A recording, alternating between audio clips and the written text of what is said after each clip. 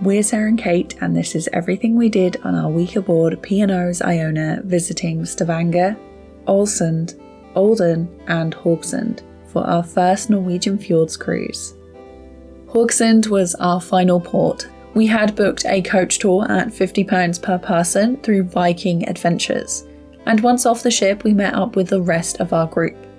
We went to a steel mine where the metal from the Statue of Liberty comes from, a stunning beach which was very cold, and then we went into the small town which had cafes and shops, and were given free time to wander about and explore before we had to get back to the coach. Our tour guide was friendly, knowledgeable and easy to listen to as we drove back to the ship. There is a shuttle from the port to the town which is just over a bridge and takes about a half-an-hour walk to get there.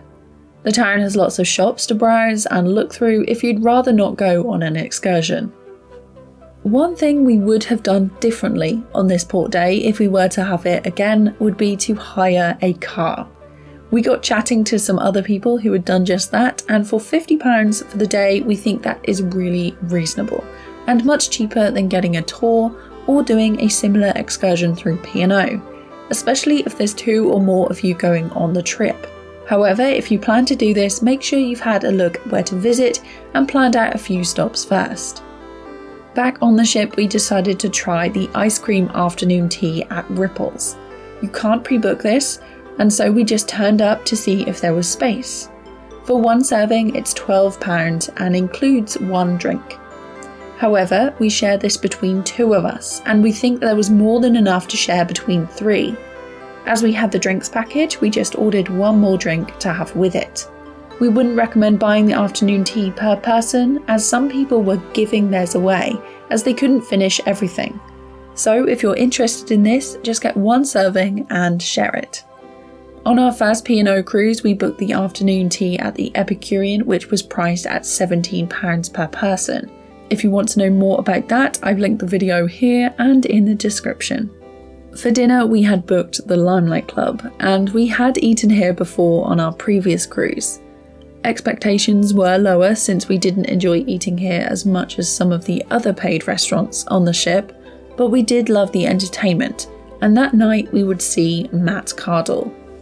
The show started at 7 PM, so we arrived at 6:20 and were second in the queue. We'd recommend you arrive at 6:30 at the latest if you want to be near the front, as it's first come, first served, and the venue is quite small. If you arrive closer to 7 PM, you will be seated at the back.